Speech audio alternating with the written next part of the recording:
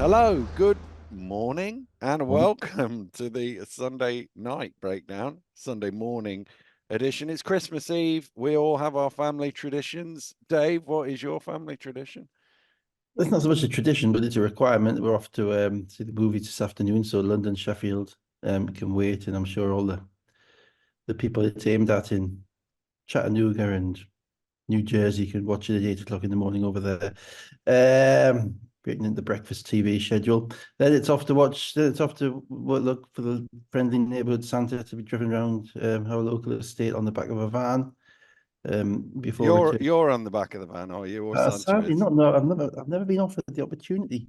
I'm a Uh, bit worried what it would. I'm a bit worried about what it would mean for tax purposes. To be fair, so no, so it's rampant socializing all day. I'm afraid. that's absolutely shocking and sacrificing London against Sheffield. Well, my Mm. tradition is to get drunk, get arrested, wait for some craggy toothed Irishman to be thrown in the cells with me. I'll tell him I'll not see another Christmas, and if he tries to roll over and dream of some old thing on junk he's just met, I'll burst into a chorus of the Dubliners. That's what I do, mate. So I roll on Christmas Eve, an extra in Fairy Tale of New York. I'll email you a card. Yeah, indeed. If I need you later. Shall we get on to the basketball Yeah, after why not? all this merriment? Tuesday night European games, Tartu against Bristol. I was actually doing Eurocup, and this game was just before mine, so I had this on in the corner of my eye. They got behind him, were kind of always chasing it, and couldn't quite get all the way back in that. I don't know if you saw it, did you, Dave? Yeah, I did see it. Yeah, it was a mad last minute and a half. Mm, Apart from that, it was kind of a team that made a lot of threes, or was shooting a lot of threes, and handled Bristol's athleticism a little bit better than some of the other teams that they've played. Bristol just couldn't score the ball. mm, Really struggled to score the ball, and that's been. Well, I think they're probably into their fourth or fifth consecutive away game now.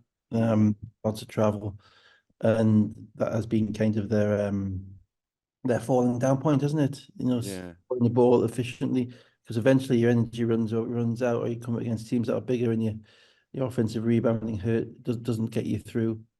I'm not sure how healthy Brad Green is. He's playing bits and pieces. yeah.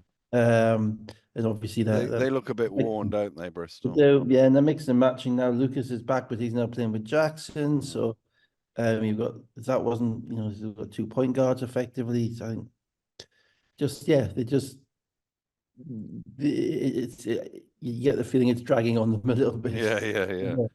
And then the other game in the Euro Cup, I didn't see this, but speaking of mad finishes, I did see the last 30 seconds or so. That was Manchester I level think there's of something in the water, isn't there? yeah, yeah, yeah, There's something in the water down there. Promethay played a really good game. yeah, Shot the ball well. They made the right plays. They've got a giant guy in the middle. yeah, But he was just giant. I mean, he yeah. makes you He's look like a Lilliputian. And they had the game. They basically yeah, they won the game. And then the three of the dumbest, maddest decisions you could ever see. The guard whose name I forget decided that with 34 seconds on the shot clock, he would. Sorry, 34 seconds on the clock, he would only run 10 seconds off the clock before trying to get a shot up mm, when they're up four. And so shot the ball early, which extended the game. They made one of two free throws, and then there was a 3 point. Then the big guy gave up a 3 point play to Philip on a foul, which was mm, crazy as well. It was a foul, and then they turned the ball over. mm. Luke Nelson even missed the layup to make sure that Sam Decker could get an open 3 point shot on the offensive rebound because he didn't Yeah. get made the right play. And then at the But end, the other thing, I don't know if you noticed it, but there were two Prometeo players who, when they turned the ball over, just stood in the backcourt and yeah, didn't run back. So it was run back. Yeah, just five on watched. Yeah, three. yeah, Just and watched it. it was just. And then, Decker, it doesn't matter whether he's got half a leg, one leg, two Mm. legs, or fully mobile. If he stand there and standalone shot, 6 seconds to go, no one anywhere near him, 3 pointer to win the game, then, The guy who should be guarding him is still at the other end of the court watching on. It's yeah, just then absolute madness. madness. So Yeah. great win for London, but yeah, I mean, it just goes to show, it's not just teams in our league who have brain melts, Mm. you know. Yeah, that was a brain Well, melt. Let's move to the British Basketball League game starting on Friday. Surrey Scorchers 71, Plymouth City Patriots 65. Hunt is obviously still out. Robinson was missing for this game, so Steele was back in the starters. Even start to this one, sort of little mini runs in the first quarter, but nobody got on top. No, I think Gooden was back, and Gooden's kind of playing a bit more, and they're trying to get him in the flow, which is good because every team in the league now basically needs 3 or 4 guards, and you've got to find out how to play with them together. And actually, one of the biggest factors towards success is how you rotate your guards and how you keep them all happy. Because no one's just playing with your 2 American guards anymore, and then when you come off the bench, you play 5 minutes. Everyone's got lots of guards, and you've got to get the best out of all of them. So we're always trying to do that with Gooden. Robinson obviously is a big miss, but the Robinson Lawrence health questions is going to be the key to where Surrey get to this year. And Plymouth looked to me like a solid basketball team. They just played a quarter of dross where they couldn't score. Yeah. And certainly in the early stages of the game, we were able to stay close. They've got a nice rotation there. They're a lot more organised than they were at the beginning of the season. And Wiley's a little bit of a wild card, can just go inside and out. Levi's going to rebound and set screens, and Green's going to shoot it when he touches it.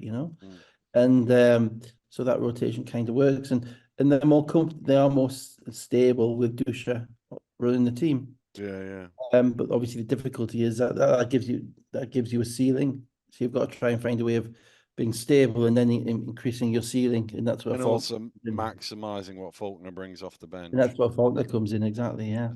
So but the quarter it all went wrong. Yeah, the quarter of dross, as you put it, was they gave up 19 points in a row. Gooden was hitting 3, Steele and Lawrence hit 1 as well, and Surrey were out to 46-24, and at that stage looking pretty comfortable. But yeah, well, Plymouth scored 4 points in the quarter, and they didn't seem to know where to go to get a good shot. It wasn't like they just scored 4 points because they were missing good shots. They weren't getting the looks that they wanted. It was kind of take your turn type of thing.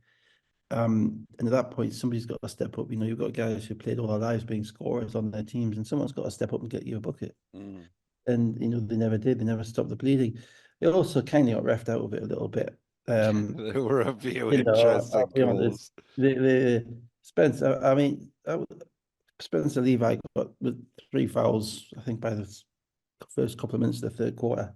Not one of them was close to a foul, and it kind of that kind of frustrates me because everybody gets bad calls, and you get a bad call here, and you get a bad call there. He got called for 2 offensive, they were all offensive fouls. There were 2 screens that he meant to set, which were illegal, and the third one when he was kind of running down the court, and there was a brushing with Teo or someone like that. Yeah, that was the most egregious. I thought the screens were pretty bad as well. But the point being, he is a screen setter. That's what he does. But the reason it frustrates me is because it's his job. All right, now if he's not producing, they're not losing. He loses his job. Now, if he's not producing because he's ill-disciplined or whatever, then so be it. But if he's not producing because he's not on the court because the coach can't put him in the court because he's getting phantom fouls, that's disappointing. And when it's someone like him, who plays on the edge of physicality anyway, that's his game because he knows what he is. He's an energy guy. He's an energy guy, a physicality guy. He does all the right things. He's in the right place. He's made them a hell of a lot better. The concern is always that, and this is a question I don't know. I never know the answer to. I don't even know what the right answer is. Right? I don't even know whether it's the right thing or the wrong thing. But how much do refs discuss players before the game starts? Yeah. And how often do they come in with a preconceived notion? Oh, this guy's going to be, very physical. We've got to keep an eye on him, etc. Because arguably it'd be wrong if they didn't. And arguably it's not great if they do. Yeah. And it just seemed to me that he was. I've seen some players lose it, and I can understand why PJ was less than impressed at times. And there was a couple of other calls, which there was an unsportsmanlike call, which was pretty weak, I thought. And they just, when it all go, but then again, you're not the aggressor, you're not scoring the ball, you're getting frustrated. Yeah. But so it works both ways. But I don't like this. I don't like it when you get people say calls will even out. They don't, but they might eventually, but they don't. because it'd be statistically impossible for me even out. But even the sort of evening out thing is it won't even out on the same in the same way if that doesn't really Well, it make sense. can't. It's certainly never going to even out if it's three. If it affects one player, Yeah, yeah, that yeah. one player is the most significant, potentially one of the most significant players they And have. well, that's kind of the thing. It might be that Bailey ends up with three rather dubious Yeah, fouls, but that doesn't hurt them as much as it hurts Levi. absolutely. So yeah, so it was all going a bit wrong, but they just But about held up yeah, until yeah, yeah. they came back. Yeah, Wiley at the start of the third quarter helped Plymouth get it back to 10, and then they just started reeling them in at that point. Atwood, Disha, Green, threes, and by the end of the third quarter, they'd got it all the way down to 5. But they actually started guarding Surrey, Mm, and because I mean the first half was just and I think it was Jordan Taylor on the commentaries on this game, and they were getting good look after good look after mm, good, and they weren't making them all, but they were knocking down a lot of them. mm, In the second half, the threes dried up, the good looks dried up, and without Robinson to kind of pull a shot out of somewhere, um, they kind of struggled to know where they were going to go. They really, Jameson made the odd play in the screen and roll, but that was about it. mm, And without that guard play, you're then left with a bunch of wings who kind of shoot the ball a bit, mm, Cooper and Steele and that, but who need someone to make the initial penetration. And Plymouth did a very good job at the point of the drive. And a lot of that is Levi. Levi is always where he's meant to be. mm. And he doesn't look as he doesn't jump very high. He isn't particularly big. He doesn't look like it, but the fact that you're always where you need to be is a massive thing, which means he's cutting down the driving angles, which means he's preventing the kickouts. And I thought Plymouth were really good in the second half defensively. They got it down to 1 early in the fourth quarter. Let's run it through the end then. 1:43 to go. Faulkner at the line makes 2 free throws, 64-62. Uh, Levi can't quite grab a pass from. I've put Lawrence here. It can't be Lawrence, can it? It can't be Oh, I've got it all wrong here. There's a turnover. Yeah, Plymouth with the steal. They break, and then Faulkner airballs a three. It must have been. Jameson who couldn't quite grab the Jameson. pass from Lawrence. But Faulkner misses the three. 1:04 to go. Mm. Lawrence with the push-off foul, which he did a great job of trying to sell that he was fouled, by the way. It was like a, a double fake off, wasn't it? Yeah, I yeah, mean, they both flew in different directions, yeah, yeah, and particularly, yeah, Lawrence. I mean, it looked like he'd been taken to the. I think we thought he got a headbutt initially. yeah, yeah, And he just kind of flew off at like a 90-degree angle. It was remarkable bit of work. yeah. So the ball goes back to Plymouth. Atwood misses an That was a open. good call, by the way. That was Yeah, it actually was a good call. Yeah, yeah. The give camera on the credit that baseline that was the could have been clearest. anything that Yeah, I'm yeah, looking at it. That was a good call. yeah. Atwood misses an open three. Surrey almost turned it over in transition, but somehow Yeah. managed to get it to Mohammed for a dunk with 37 seconds to Oh, that go. was mad. That Yeah. was mad. I mean, yeah. Get it to the point guard, please. Yeah, Or yeah, yeah, put it on our new beer mats that are coming out for Christmas. yeah. Get it to the point guard. 66-62. Timeout advanced the ball. Ball's knocked out of bounds with 27 seconds to go. 5 seconds on the shot clock. Green misses a three, and then Wang is shoved in the back on a fast break by Faulkner and sportsmanlike foul, bit of a melee. And as a result of all of that, Mohammed gets a technical foul. Yeah, I got asked if that was a disqualification. I said no, I didn't think it was. Because I didn't think there was enough force. No. But if you actually look at it, you slow it down. Faulkner's actually initially, I think his mindset is initially that he's trying to steady himself with his left hand and come around with his right hand to swipe on the Right. ball. He's Yeah, far yeah, too far behind. And then on the back camera shows that his kind of left hand's on Wang's waist, and then obviously Wang yeah. flattens up, and his hand stays on his waist as he's in the air. Wang doesn't end up as far into the stanchion as he would if it had been a real, No, no. you know what I mean? It was So one of them where in real time I thought, oh, that's a terrible play. And then when you watch the replay, you go, oh maybe it wasn't great. It's an unsportsmanlike foul. yeah, I agree with the call. yeah, But interestingly, Wang didn't really react to it. It was the rest of the team running in. yeah, because they probably saw what everybody else saw. Yeah, See yeah. what it wasn't quite that. Um, Yeah, it's always an interesting one. Do you give the first man in the technical for protecting his player when his player's been thrown into the stand when he thinks Mm. he's been thrown into the stanchion, you know? Mm. Probably, I suppose you have to. Mm, But it's 27 seconds to go. But should that make any difference? Probably not. mm. But the game was kind of done on that play Yeah, anyway. so It was, it was 19 seconds to go. Faulkner missed the technical. Wang made the one of two, so it's a 5 point game. And then Lawrence made two free throws. Dusha, I thought he got fouled actually. Dusha made a three. Looked like he might have got close. fouled Guy there. jumped across in front of him. Yeah. 69-65. But as you say, by that point it was too many points and not enough seconds. Yeah. I mean, Plymouth just, yeah, you alluded to it on the Sunday night, on the Saturday game. They just didn't, they got close, but when they had to make a play in the fourth quarter, I think Jordan Taylor said it on interview, 3 or 4 times in a row, they didn't get anything like a good shot. Mm, They mm, didn't go where they needed to go, didn't get the ball into Dushra Faulkner's hands. And, there are those moments in the game whereby you have your shot, you have your chance, your momentum is going, and that's when you've got to have the right guys in the court and you've got to be making the right plays. And they didn't. They had the nettle in there. They had the nettle kind of within their reach, but they didn't grasp it. mm. That's always been a strange thought to me that you would Yeah, grasp. why would you be grasping in that case? No, but it's English language, people, so, Yeah, so deal yeah, with it. yeah. And they didn't. So And sorry, hang on. yeah, yeah. Jameson, 15 points, 7 of 10 shooting as well, 14 rebounds. He was excellent. Gooden, 14. Steele and Lawrence, 10 each. Wiley, 20.6 rebounds. Atwood, 15 points and 7 rebounds. And Dusha and Faulkner both had 9. Shot 38% from the floor and 6 of 28 from 3. Yeah, that's pre-Christmas stuff. That'll Mm, go. it is, yeah, yeah. Uh, So let's go to Sheffield. Sheffield Sharks 76, Bristol Flyers 66 after overtime. Obviously, Stewart's gone. Eichel Rock is still out. Lucas was back. Ollison is out. Samuel's into the starting five. I feel like Sheffield Bristol, we could almost run through every score and it would still only take 3 minutes.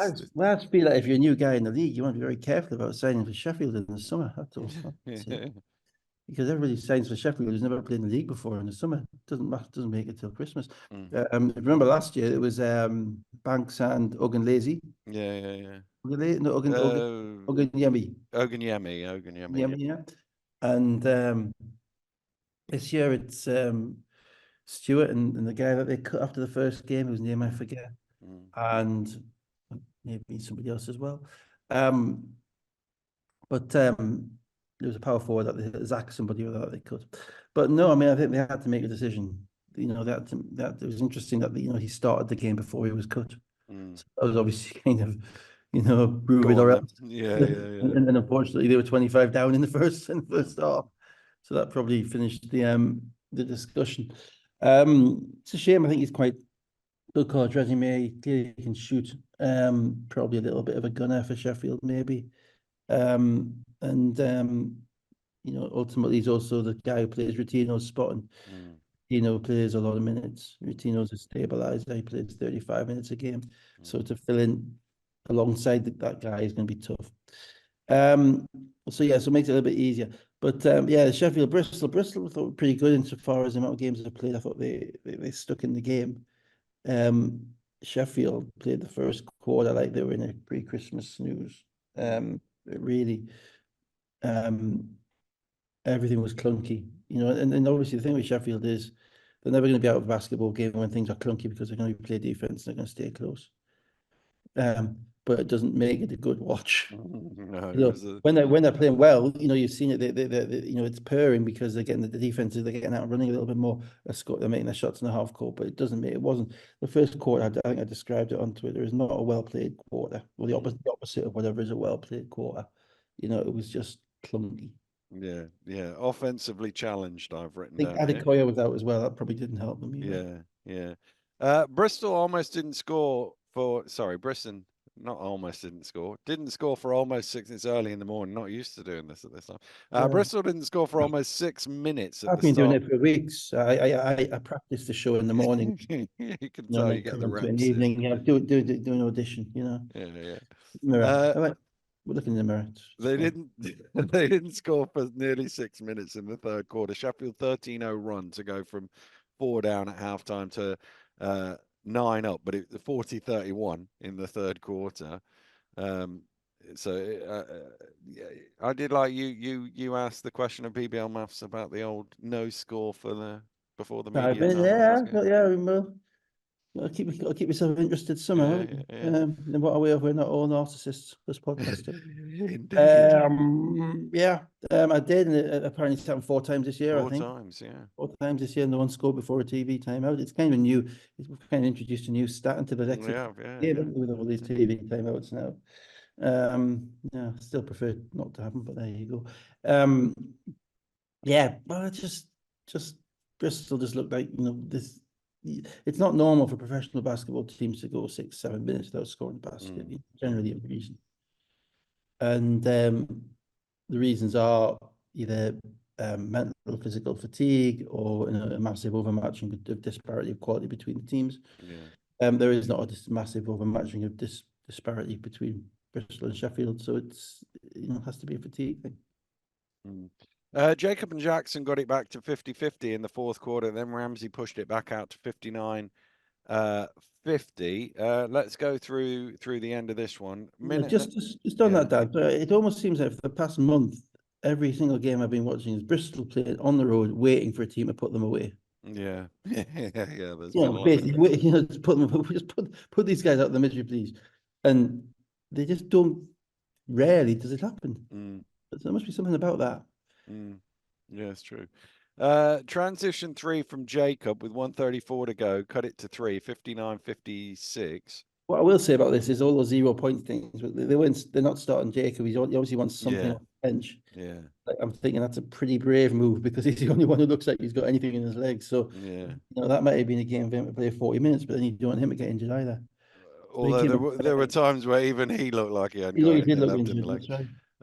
Ramsey missed at that one end. Jump ball at the other. Sheffield possession.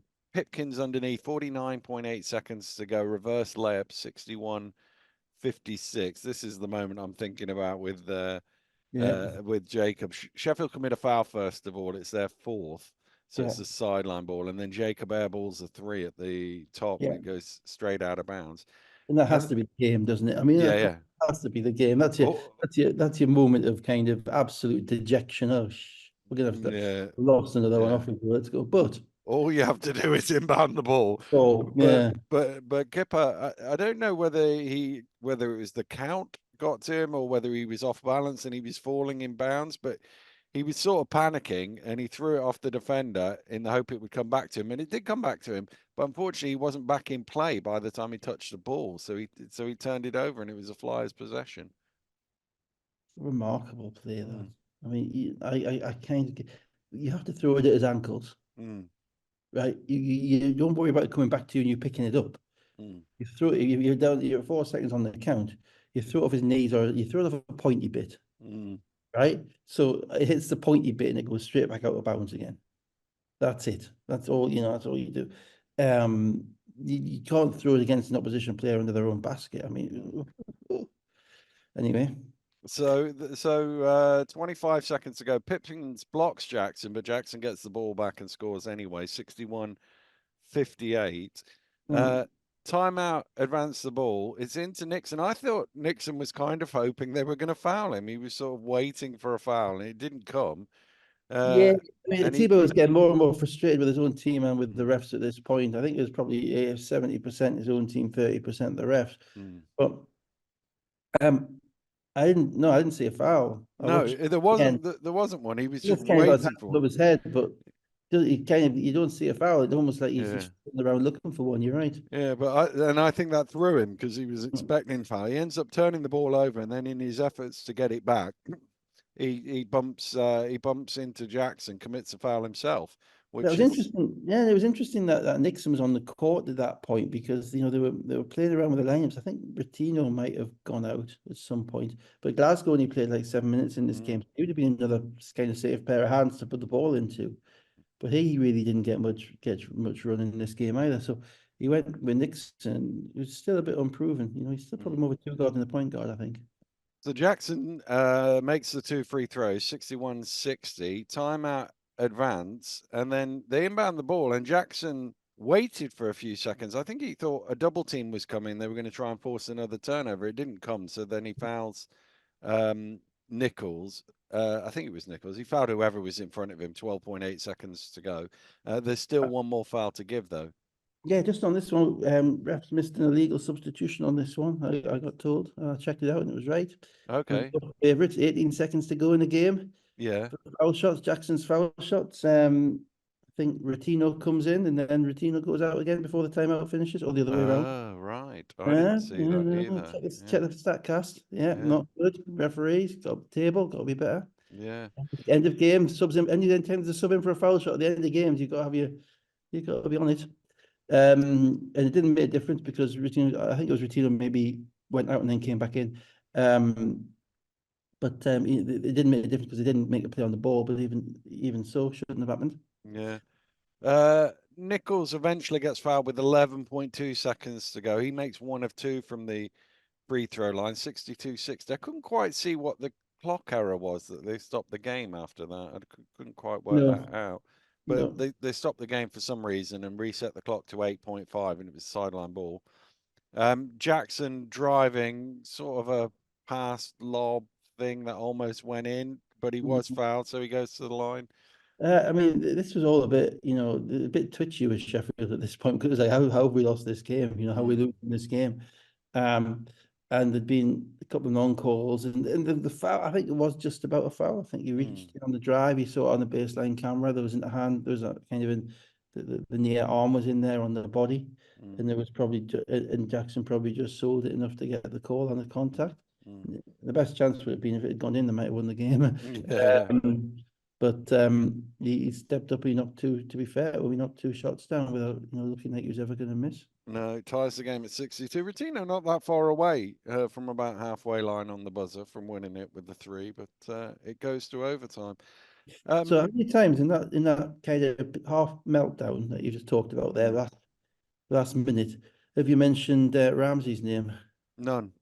Get the ball, your point guard. It is one of those, yeah, yeah, yeah, I'm yeah. sorry, like just get the. There you go.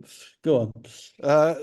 Well, really, overtime, I thought the big play was with a minute to go and Green sort of dropped the ball under the basket and Sheffield come the Yeah, other that way. was a shot. I mean, yeah, Nichols makes two free throws. It's 72-65. It should that have was been a that was a 70-67. big guy who's done a lot of bust Yeah. smiles. And it wasn't the ball wasn't right in his shooting in his catching pocket. It was a little bit behind him, so it wasn't quite in rhythm. And he'd been up and down the court the whole game, and just bang, that was it. And that was a 4-point swing, and that really was their last shot because they weren't going on another spurt. Mm. Nichols 20, Pipkins 16, Ramsey 12 points, 11 rebounds, 6 assists, 2 steals. No touch last minute. No touches in the last minute. Jacob 23, Jackson 13, but 3 for 11. 5 assists. They were 32% from the floor shooting. I think they're playing a game, aren't they? How low a percentage can we Mm. shoot and still win? Mm. That'd be a stat to get a hold of. What's the lowest shooting percentage to win the game this season? I can look it up. I don't have. Yeah, well, maybe get it for us by 9 o'clock tomorrow morning. Yeah. Yeah, I will. Yeah.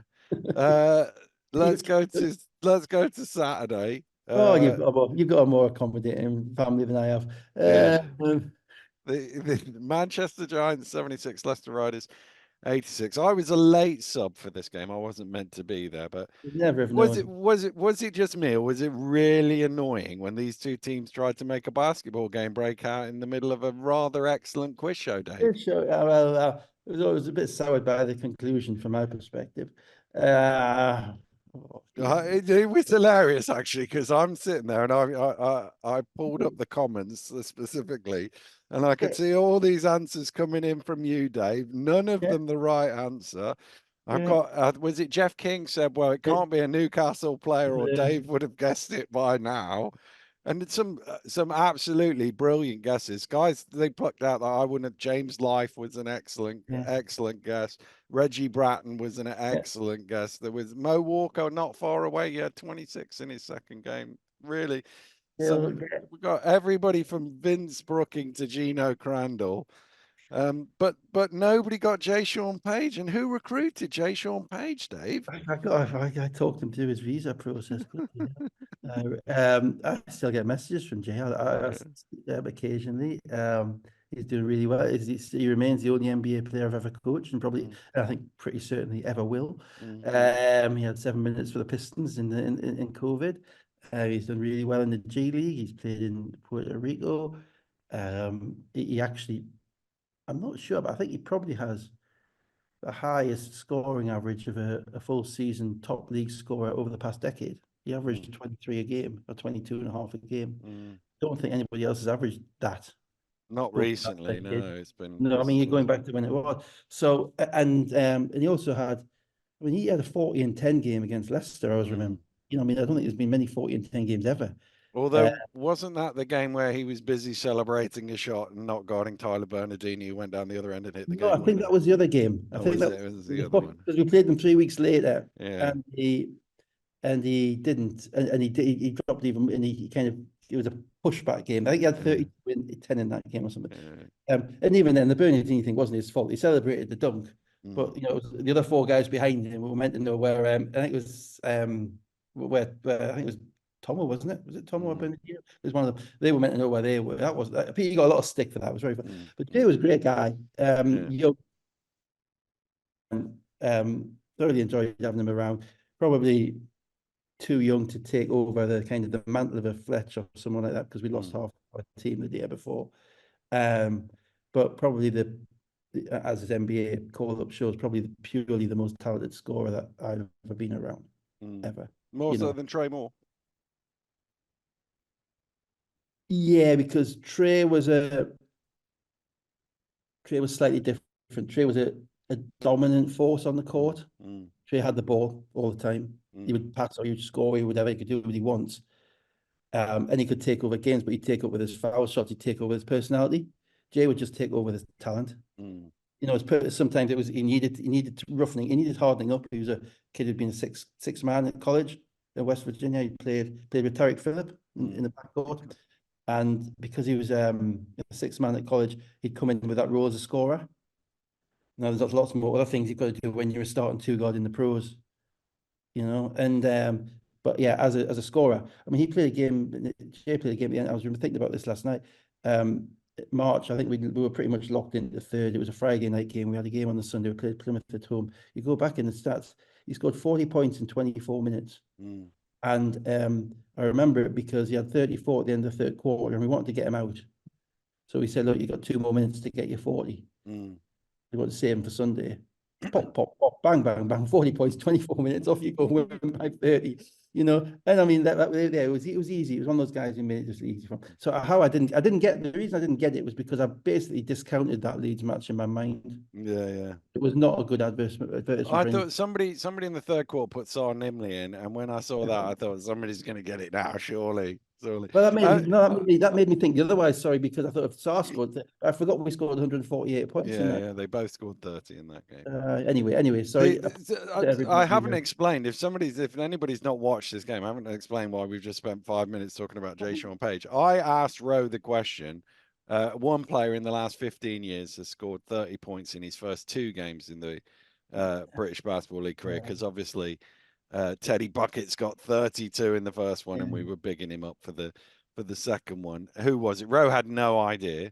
So No, but I threw it out to the audience, and it wasn't until I gave some clues in the fourth quarter that anybody got it. So it was a to rather be fair, excellent the clue you quiz. gave was the dates of the games, and I was Yeah, the first one. I was yeah, the first one after that. So I was like, oh, but and then he typed, oh, it's yeah. him. I Uh, saw Dan Jackson first. That's all I'm no, saying. you got to go back up a little bit. Go back up a bit. Okay, About okay, five entries above that is me, yeah. but I'm still not proud. And my mate Alex texted me and said, Jay Sean Page was the first name I saw, but I was watching it on delay, so I didn't get to put it in. But, Um, anyway, anyway, part of the reason there was we a had first. excellent Yeah. fun with the quiz and we spent 5 minutes talking about it now is because there was a million turnovers and missed chippies in this one. Neither team really got going early on. No, yeah, it's two teams that are really at the crux in their season, isn't it? Really, and just really have to start turning their. McNeil's gone, probably Mm, unsurprising. He's yeah. already been playing. But Manchester have to start kind of turning their energy and bodies into wins, and they've got to do that at home, really. Leicester have kind of turned a page. That's almost like their second season in Mm, reality. team that they've got now. You know, they've got different guys. Different three of their starters have gone, so you basically got a whole different starting five, and you've got different guys off the bench as well. And of the two, you'd probably say that Leicester are looking a little bit more positive for the future, just because of the manner in which the game went. I thought Manchester's, yeah, they missed a lot of layups, albeit they were kind of broken play layups or drive layups, and I thought Leicester did a pretty good job of containing the perimeter. Containing around the basket. And as Rob said in his timeout, please get back, because that was what it's about. Get back, do not give him anything in the open court. And whilst Manchester have been scoring points recently, a lot of it has been, it's not that it's been unsustainable, but, you know, if Evan Walsh is going for 22 points on fast break, on fast break charges, you know, 1-on-3 and finishing, there's a way of stopping that.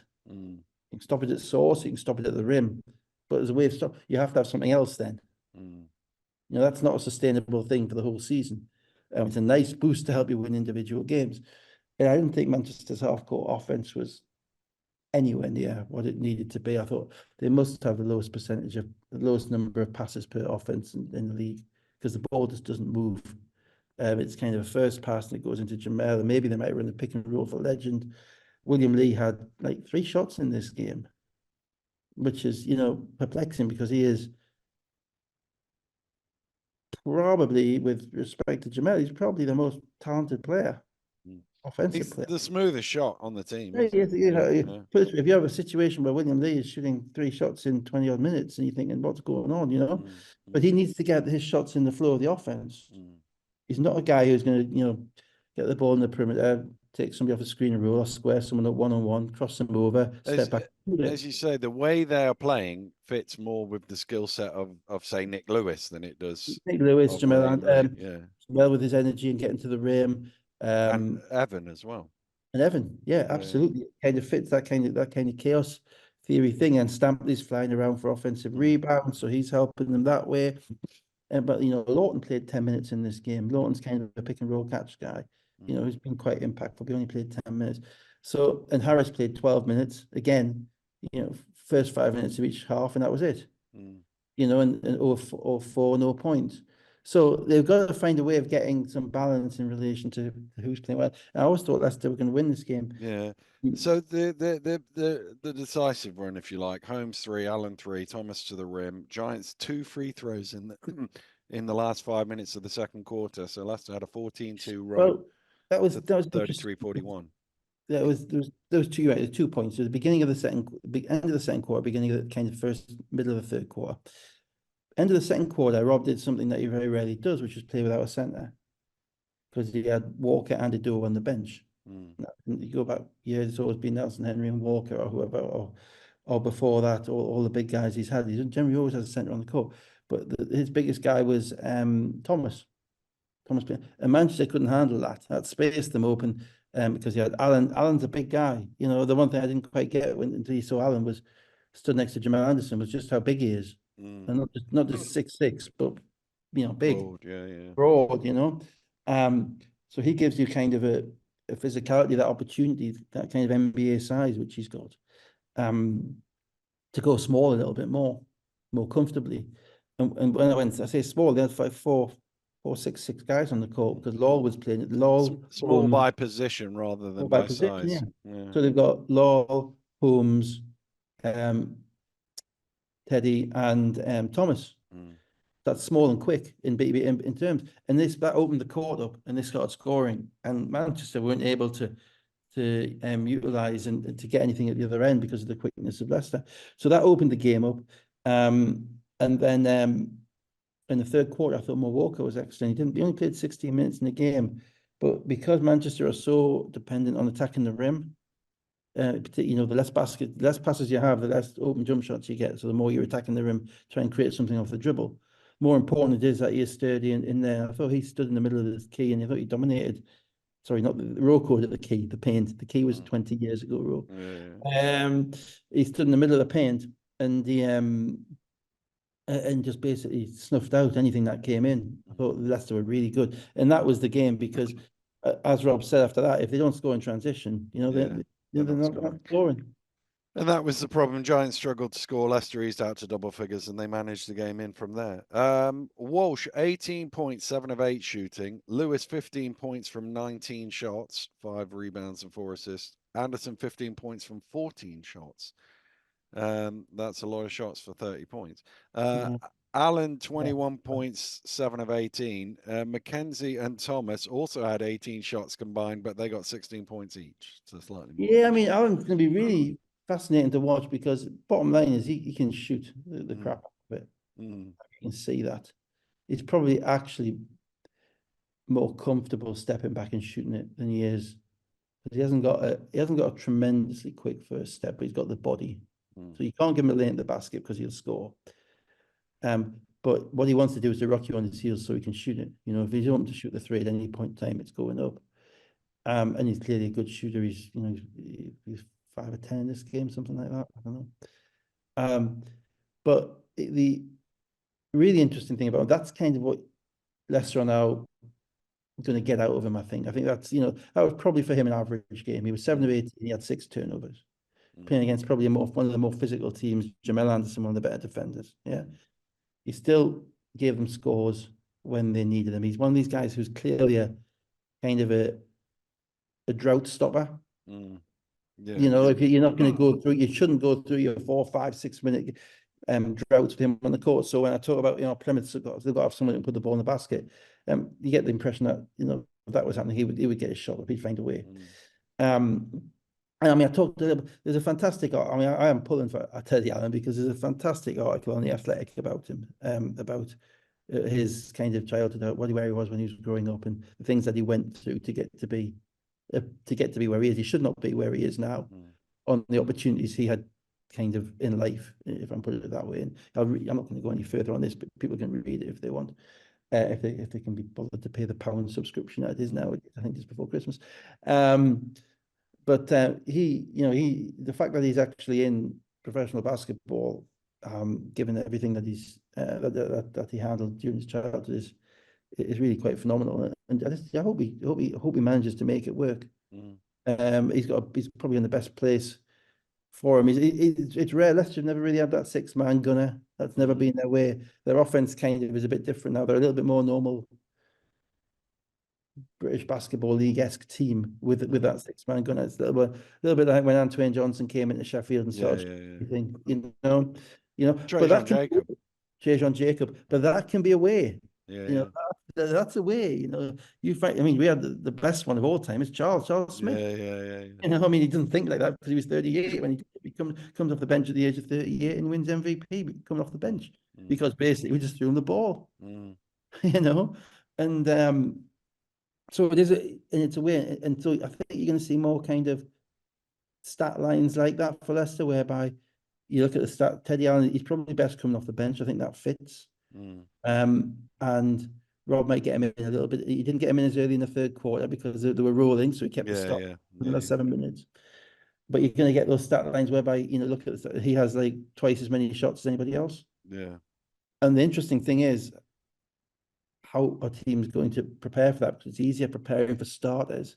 This is what we found with Charles. The biggest advantage with Charles wasn't that it was that the game was in its flow when he came into the game. He's being guarded by opposition's bench players. It's a very European thing to do. Have some American dude sat on the bench, come in, and you give him the ball for 4 minutes, and then see what he does. And if he does, if they're all going in, he plays. There was this game I did this week. I've done so many games, I can't remember who it was, where somebody came in, American off the bench, started the second quarter, hadn't played in the first, started making shots, played 10 minutes. He had 15 points in the second quarter, and they just kept playing. If he'd gone 0 for 3, he'd have had 2 minutes in the second quarter. I'm quite sure that if Alan had started the season at Leicester, he'd been the starting 5. Yeah.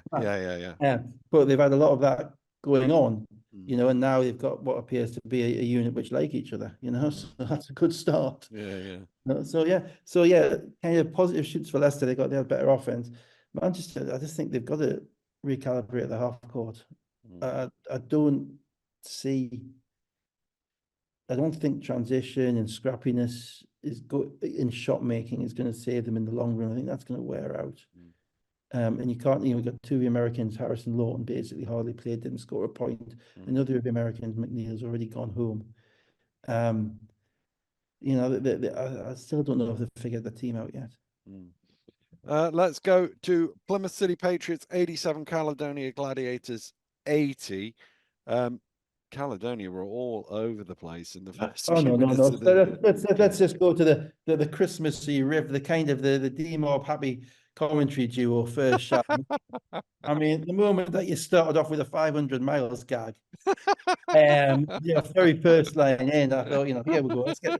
Let's get the popcorn out here. It's like, you know, dad jokes unite. No, you know what? Because obviously, Jeanette has already recorded that link, so she kind of started it. And credit to the edit, because obviously I wasn't meant to be there, so my name wasn't originally in that. You set them But you up. wouldn't notice. But it was They she. set them up and you knock them down. And we had like Tom Hanks, we had Forrest Gump, we had, you know, boxes of chocolate. So it was like, oh, Yeah. this is. I mean, obviously The little you were baby obviously with two more flying on sleeps. the That's right. success of your quiz, weren't you? Yeah, And then, probably. and then we had the rampant nonsense of the last couple of minutes and the raises in octaves and the full vocal. It was like an audition for the X Factor by the end. Let's go.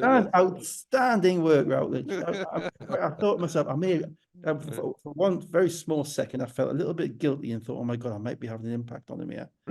I don't want to introduce his levels of professionalism just for a quick laugh, you know. And I think hopefully you'll get past it. But Caledonia were all over the place in the beginning of this game. Plymouth with 8 points. They probably should have been further ahead than 8 points, to be honest with you. Oh yeah, I mean it was probably one of the first WTFU timeouts. You know what it means. The first wake the up, all three of the words. From Gareth, I think halfway through he got it in what 21 seconds before the TV timeout. Yeah. That's pretty much code for it. He really couldn't wait. Yeah. I mean, he's not inviting. He had waited for like a minute and a half longer than he probably Yeah, wanted exactly. to. And yeah, it's kind of, code for that wouldn't have been a pleasant time, I don't think, because they came out and I think they got 3 scores, boom, boom, boom. Yeah. With a bit of police, I made a 3, and then DeBoer's made a little turnaround, and suddenly they were flowing again. But Caledonia are weird, and the reason they're weird is it was pointed out on again on Twitter this week. You know, they're 12-6.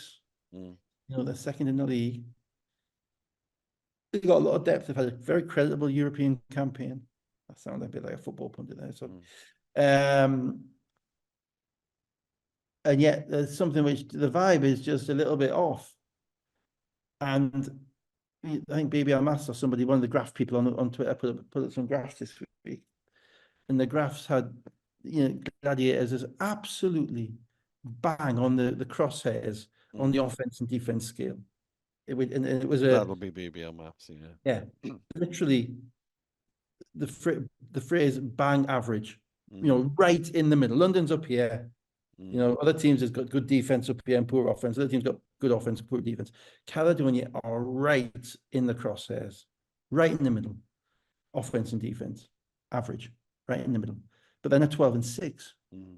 So how much of it is noise in relation to the fact, well, they're grinding out the games that they need to do because of the style of basketball that they're playing? Well, how much of it is just variance? We've just won a few games that maybe we weren't otherwise going to win. And I'm still not sure, because they don't pass the eye test at the moment. Not repeatedly. I certainly think since they've lost Faro, it's probably got a little bit worse, because Faro was kind of binding them together a little bit. They played a certain way. They had a style, and sometimes it doesn't matter how good your style is or how good you are. If you've got a style, that can win you games on its own. And I thought the way that they played through Faro, and then with Moore coming in to give him a bit of length, did that. Now Moore has to start, and he's got probably as much talent, as much potential to move up in the game as anybody in the league at the moment. 6'11", long arms, can shoot, can block shots. He can run, he's got the whole game, but he's young. And then you've got Buttrick, who's backing him up, who's not convinced. And You've now obviously got the new guard coming in, Bothwell as well, who's got to find his way as that third guard in that three-guard rotation. Mm. And what you've seen is over the past few weeks, Whelan's playing more and more.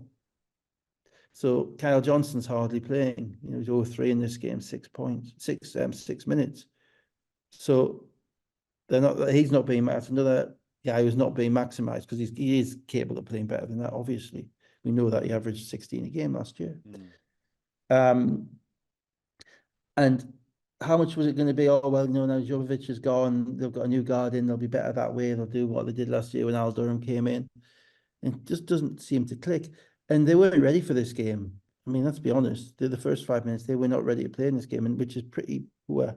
And it's a pre-Christmas game. I get that, but it's poor because you've traveled 500 miles, as you've said. And the one thing that we did 405 miles from Gateshead roundabout to the roundabout at the end of the whatever 38 at Plymouth, and we did that. And there's no way in the world we were ever going to let any of our guys not be ready to play having traveled 400 miles to get to a game. Just no, it's just not. It's too much. It became almost a battle cry. And on top of that, you've got the 10 hours home. And so that was Christmas Eve. And Christmas, yeah, Christmas. It's just like, yeah, all the things, we want to have a good Christmas. You want to get it done. And it wasn't that they got beat. It's just that they weren't ready to play. That was what worried me, because eventually they kind of grabbed their way back in the game. Well, Plymouth kept their noses in front, didn't get away until Dangakoda three. We've talked about Dusha not making threes. Yeah. Dangakoda really hasn't made any threes this year either. He helped them get into a double-figure lead, and they sort of stayed there and looked comfortable. Caledonia still out of sorts. They were 16 points up Plymouth with 12 minutes to go, going into the fourth quarter, 68-55.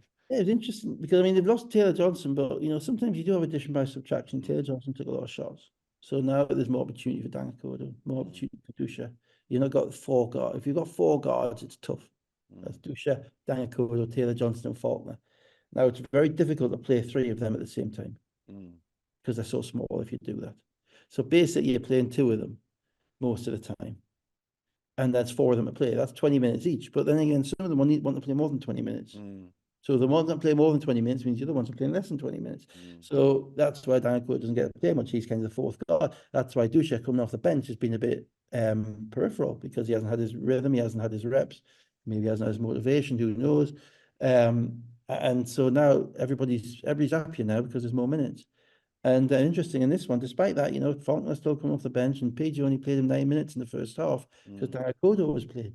So you're getting more from everybody else, which raises the floor of your team. Now you still need Faulkner to raise the ceiling of your team.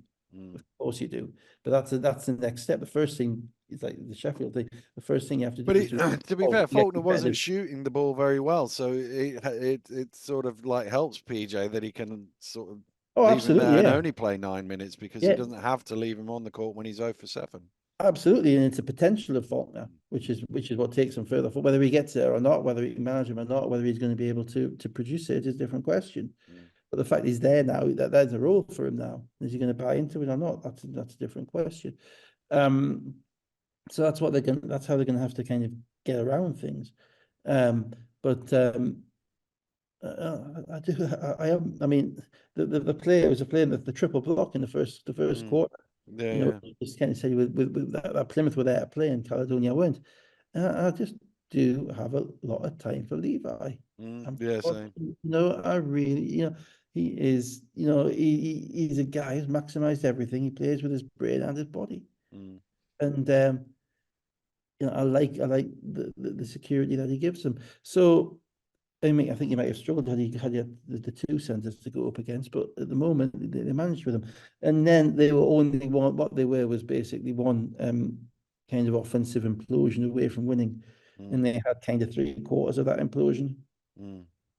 Yeah, and then Plymouth basically got the yips going into the fourth quarter, turning the ball over all over the shop, missing bad shots. Caledonia suddenly got the wind in their sails, running right. 13-2 run to start the fourth quarter, tied the game at 70. And I'm convinced that if Bothwell hits that 3 in the corner with 4.5 minutes to go, and Caledonia take their first lead, they'll go on to win the game. Well, I mean, there's 2 things about that. One, PJ, the one I've just told you the positive things about not having Johnson, but the negative things about not having Johnson is that when you want to buy a few minutes with your bench, you've got to go deeper.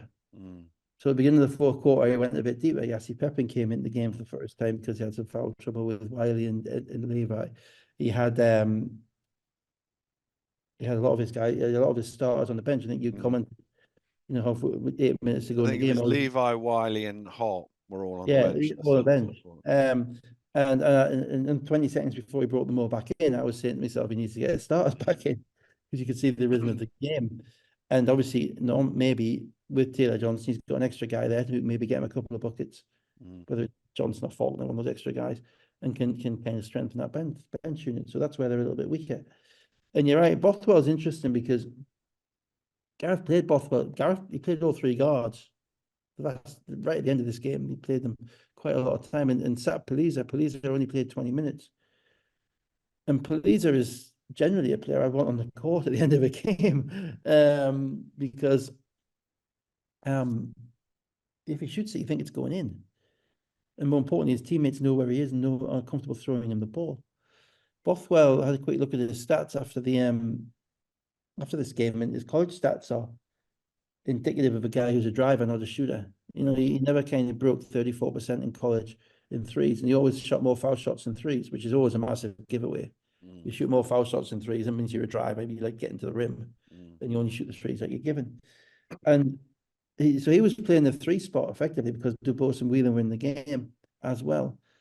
And a couple of the shots he got in that game, you're probably back Poliza knocked down. And Poliza wasn't playing. And it was Onwas at the four, so they were playing quite BBL small, if I can put it that way, with three guards. And that's the thing about integrating your third guard. Is your guard, is your small forward? Newcastle had it with Johnson, Austin, and McGill. Can they play them all together? If the third guard, particularly in Newcastle's case, Austin, isn't really a shooter. Yeah. Can you play them together? And that's what Gareth was kind of finding out. The one thing you'd say about Bothwell is he gives him a lot of energy, he gives him size, he makes plays at the rim, he drives, he's aggressive. But then there's an adjustment period for your teammates to getting used to playing with that.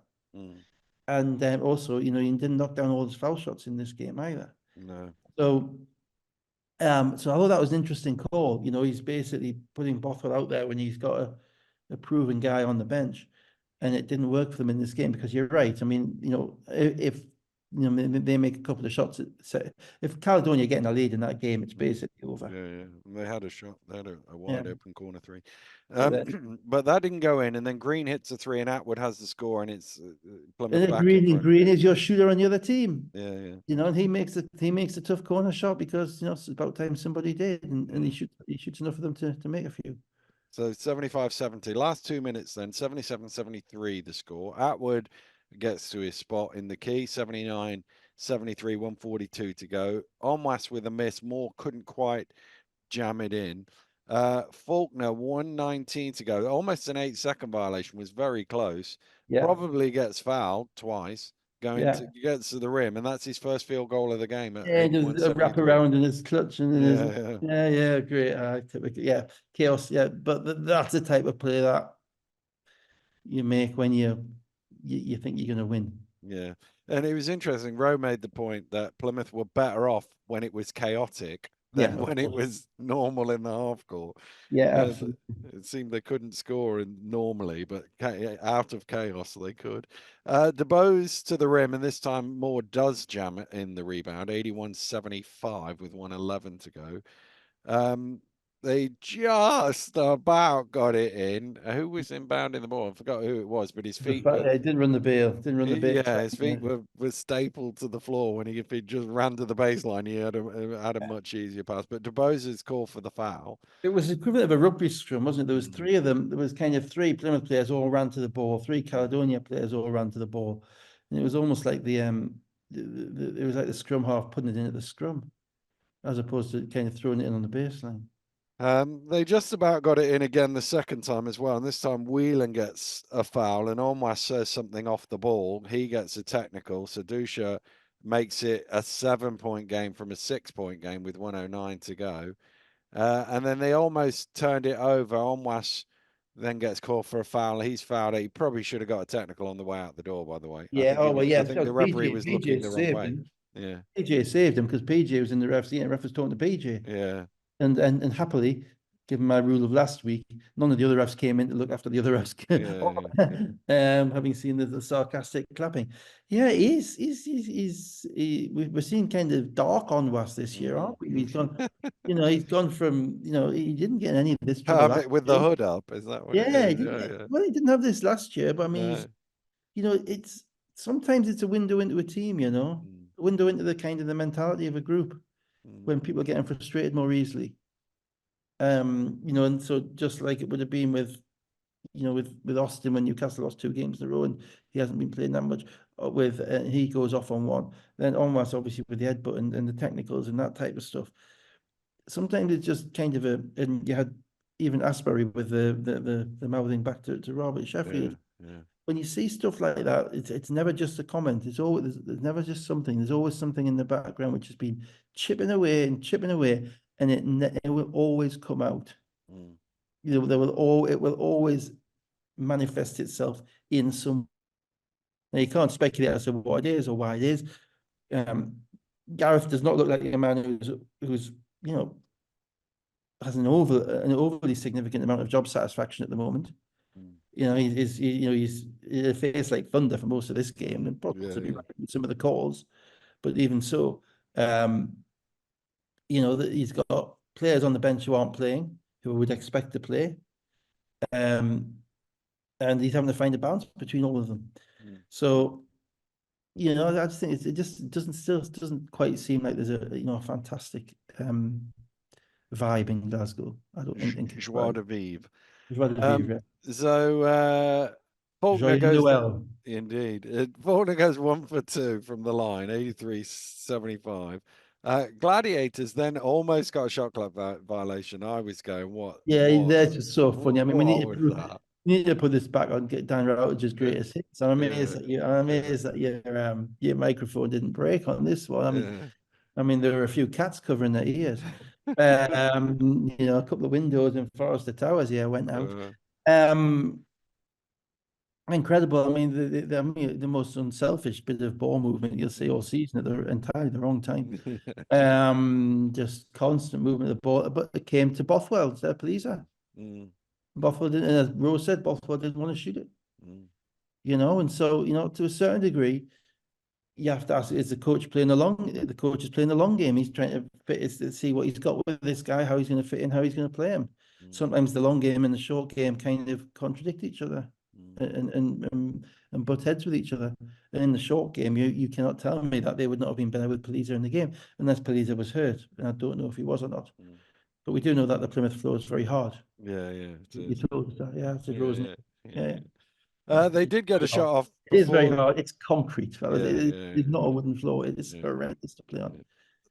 They did get a shot off before there was a Malcolm corner 3 misses. Plymouth get the rebound. You think that's the game over, but they turn the ball over in the backcourt, and DeBose gets a lay in, 83-77, 26 seconds to go. Timeout, advance the ball. Atwood I don't makes. think they didn't take it off the point guard, did they? No. Point made. No. I think I said that on commentary as well. Yeah. Timeout, advance the ball, foul. Atwood 2 free throws, 84-77. Wheeler misses a 3, but then DeBose makes a 3 with 8.7 seconds to go. Then Caledonia steal the ball, and then the horn goes for a timeout. Oh dear. And fair play to the cheerleaders. They ran on. The lights went out. The lights went out. The cheerleaders ran on when it's time out. I mean, you could see that being that American football clip where the band comes on the pitch, couldn't you? The band comes on the pitch halfway through the run, the kickoff, run back for a touchdown to win the game. Yeah, I mean, this is, we kind of have we talk about tables and stuff all the time, and you mentioned on the commentary that sometimes there's a little bit of leeway, but and obviously there was an illegal sub in the last game, the Sheffield game, but everything about that, what happened there, suggested to me that PJ did what kind of I used to do quite a lot because if I was on the court, which was just take a second to establish whether you're going to get the ball in bounds before you call a timeout. Because in many ways you really don't want to call a timeout if you can get the ball, because if the ball goes, the easiest time to get the ball in bounds is immediately after it's gone through the hoop. Yeah. You know, because if your players are smart enough, you've got a veteran team, someone grabs it, throws it in, and you can be off halfway down the court before they're matched up with you. Yeah. You know, and that's the best way. But the moment that your player starts dancing around on the baseline, the panic sets in. It's like timeout. Now you shouldn't get that You timeout. don't get that timeout. So But just you've for always anybody who doesn't know the rule, you have to book a timeout before the ball goes through the basket by rule, but there is usually a little bit of sort you of won't leeway you on shouldn't that. get that timeout done, but you always You do. So and and the issue with this one is we can't say that it was an error that Paul hadn't booked his time out correctly in advance. What we can say is the horn was late, but that might have yeah, just been a late horn rather than a late requesting of the timeout. because yeah, I'd be amazed. I mean, in that case, I mean that's even worse from the table's perspective because you know you've got a timeout and then the ball goes through the hoop, it's bang. Mm. That's the only thing you're thinking about. Yeah, yeah. And that's why I don't think that's why I don't it was just Oh, I the don't think that was the case. I'm just saying we can't it know was that the to be the we don't know case. that that's true. Yeah, Yeah, it was yeah, just the juxtaposition. It's the it's assessing the evidence. It was yeah, the juxtaposition of the panic on the Plymouth baseline yeah, with the moment that the horn was pressed, yeah. which would have been just before they threw the ball in to turn it over. Mm. No, I'm not So even sure it was just before. I no, he think it. would. I I think don't it. think it was after they threw it in. I think it was. I think it would have been just before. And then time out, okay, bang. But by that time, the ball's in bounds Mm, because PJ, as I say, I used to do it all the time, yeah. and because we got away with it. Because you would look around, oh, we're in trouble, time out, we don't want to give the ball, or whatever. And Mm, they would give you it, and they shouldn't. And so that's another thing. But anyway, mm. probably, 5 point game, 8 seconds, 3 point game, I suppose anything could have happened, couldn't it? Yeah, yeah, yeah. I mean, they would have scored. They Yeah, definitely that's would have it. scored from where they caught the ball. But the timeout was given, and Plymouth gets the ball back, and that was that. But another bonkers finish. Really. Atwood 25.6 rebounds, 4 assists. Wiley 8 of 10 for 18.6 rebounds. Green 12 points and 7 rebounds. Whelan 1 of 6 for 3, 17.7 rebounds. DeBose 15 points. Moore 13 points. They were 7 of 30 from 3-point range. That's going to Caledonia. hurt them. I mean, the interesting thing with Plymouth will be to see how consistent Atwood and Wiley can be now that they're going to get a kind of a continuous period of games with Levi. Because Mm, Levi is kind of the kind of guy that you quite like to play with because he's not going to mm, take your shots away. He's no. going to give you extra But he'll possessions. but he'll get the rebounds when you miss them. And he's going to give you extra possessions, so Mm, you're going to get more shots for you, mm, and he's going to take charges and he's going to be in the way and do all that type of stuff. So he's the type of guy who really should maximize their ability to be for potential, to do it. PJ clearly trusts Atwood ahead of everybody else because Atwood played 39 minutes, 30 seconds. mm, Atwood may end up playing more minutes than anybody else in the league this year. He just doesn't want him off the court. mm. Everybody else kind of bounces around. But the downside of playing 39 minutes a game and being trusted by your coaches, you have to produce. Yeah, yeah, Because yeah. if you're playing on a team which is near the bottom, then you can't afford empty minutes. So if Atwood has one of those games where he plays 37 minutes and he has like 3 or 14, Plymouth aren't winning. Mm, And is PJ going to take him out because he can't really because he's a stabilizer on the court. mm, So it's all they're still. I'm sure they prefer to have one more guy, but the thing is, they don't need one more guy. mm, If everybody performs to the maximum on that team, and particularly you're looking at Faulkner and Dangakodo, mm, they get stuff out of those two. And obviously, you might have one of those days where Green makes a shot. Then they're a dangerous team against anybody, particularly down at the pavilion. mm. And I know Newcastle played them twice. I'm looking forward to Newcastle playing them on the Thursday night, thanks to the inadequacies of the Polish basketball league. Yeah, I Which saw that. What happened? Because I saw the Newcastle game got moved, but they also have a European game on that day, and I haven't seen that. I'm they assuming didn't that's want to been come. cancelled. Oh No, right. yeah, they didn't want to come. They basically been making noises for the past 3 weeks about not wanting to come. Oh, right. I think that the official rumor is, the official word is that they've got a rescheduled Polish league game on that date. Okay. That's the official word, but yeah, given that you've sold X thousand tickets for the big post-Christmas European Yeah, game, yeah, yeah, yeah.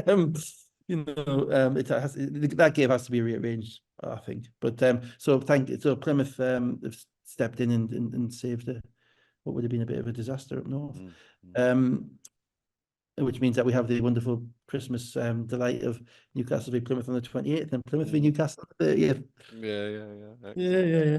And that's not before we get to breakfast at Chattanooga in about a couple of hours' time for Indeed. London and So let's come to Sheffield. Sunday.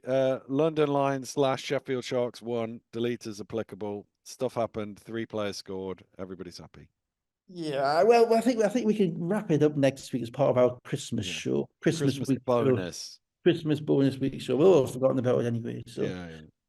you can keep it straight. Unless there's any kind of something interesting like illegal substitutions or 7-man brawl. Yeah. I mean, that would be great. A 7-man pre-Christmas Eve brawl. Yeah. Come on, let's get stuck into it. You know, everybody wearing refs come in with Santa hats.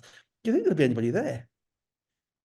I don't know. Yeah, it's a good question. It's a great question. I mean, have you ever had any Christmas Eve game before? I don't remember one. I think there was, because I'm sure, or was that Boxing Day? There was the other week when I had that stat about something to do with Manchester, the old Manchester Giants and John White scoring and something or other, and I'm sure it was, maybe it was Boxing Day and the day after they played 2 games in a row. I can't remember. Oh, right, okay. I'll look it up. Right. I'll look At that time, yeah, with all the impresarios knocking around, wanting to, they wanted to get in on the Boxing Day football stuff. Yeah. Eve, wow. I mean, you know, New Year's Day at Surrey at like 4 o'clock in the morning is bad enough, but London are in Paris I think they're traveling on Christmas Day. They're in Paris on Boxing Day. are they the Paris game over Christmas, are they? Yeah. Boxing Day, yeah. After Caledonia after Glasgow on. Yeah. Ooh. So let's run through the table. London are top for Christmas, either 20. Yeah. Yeah, can we just give London an award for being the team that is undoubtedly going to finish their league season before any other team in history of basketball? Yeah. Because at this rate, if they keep going the way they are, they'll be finished by the first week in March. Well, they could have 20 wins on the board by Christmas, which I'm wagering has never happened before. I'll check it.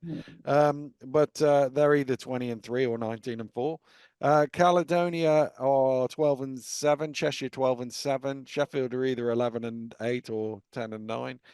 Newcastle are 10-9. Bristol 10-11. Leicester 9-10. Surrey 7-13. Manchester 6-14, and Plymouth are 3-16. Let's just to cheer everybody up.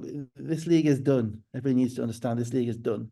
If London go 8-6 last 14 games, which I think we would be remarkably surprised if they did, then Caledonia, I think, would have to go 17-2 to tie. Or Cheshire.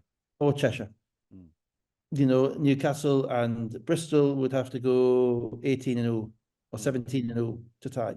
That's if Newcastle and Sheffield, not Bristol. Newcastle, Sheffield, sorry. Yeah. That's if London go 8-6. Now, London only going 8-6 if they win the league with 6 games to go, or something like that. You know, so you know it's unfortunate, and this is the whole competitive balance argument that we're not going to have now because it's Christmas Eve. But it is unfortunate that I do remember the days where it used to be quite exciting as to who was going to win the league, as opposed to who was going to blow a lead in the last 30 seconds of the game, or how many miles it would be to drive home at Caledonia, or indeed who scored 30 points in some ridiculous irrelevant. Don't knock the quiz. Don't knock the quiz. That's a new feature now. It's got to stay. Actually, yeah. Well, it has to be the right question, though, doesn't it? Yeah. We actually got some interest from the real saddos who were actually watching that on the 23rd. There wasn't much interaction from the North American market to that question, I think, or indeed the Central Asian betting market that we normally get some responses from on YouTube. No, it was just the general saddos. Yeah. Ooh, well done, guys. So on that note, have a great Christmas, everybody. Make sure you enjoy it. Dave is off to the cinema. I'm off to the drunk tank, and we'll be back. We'll be back next week to do it all over again on New Year's Eve. Yeah, I'm hoping for a makeover for Christmas, so you might not see this. Yeah. Nice. The BBL, I'm assuming. No, I think it's Cage Face or something like that. You know. Okay. Nice. Right. We will see sorry, you I all... get you now, I get you now. Yeah, I'm very slow. I am very, very slow. Sorry, guys. We'll see you on the other side. Goodbye. Bye-bye.